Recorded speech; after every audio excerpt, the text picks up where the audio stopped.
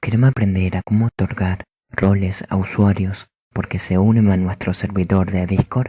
Esto también aplica para bots. Bien, como podemos comprobar, acá tenemos a Valem, que acaba de ingresar al servidor hace un momento y tiene el rol de usuarios. Dentro del registro de auditoría tenemos al bot Cira, que está otorgando el rol de usuarios. Lo primero que vamos a hacer es invitar al bot. Presionamos en el apartado que dice invite.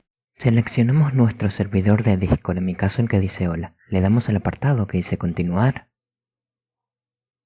Luego de este momento podemos verificar que el bot está verificado y que está en muchos servidores. Le damos al apartado que dice autorizar. Luego verificamos que no somos un robot en caso de que lo pida.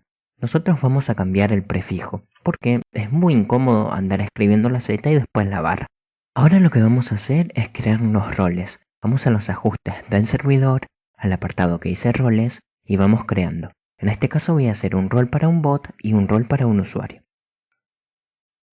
Ustedes pueden crear los roles que quieran. Lo importante es que el rol del bot siempre esté por encima de los roles que va a otorgar. De caso contrario no va a funcionar. Bien, lo que vamos a hacer ahora es colocar el comando autorole y a partir de este momento vamos a tener dos comandos. El primero es para otorgar roles a usuarios cuando ingresan al servidor y el segundo es para otorgar roles a bots cuando ingresan al servidor. Para ello vamos a utilizar el prefijo del bot más el comando autorole, user y la mención del rol o la ID del rol, en este caso usuarios. Luego hacemos lo mismo con el comando del bot. Y por si fuera poco, con el comando autorole_show podemos ver la lista de roles que tenemos establecida. Podemos establecer varios roles.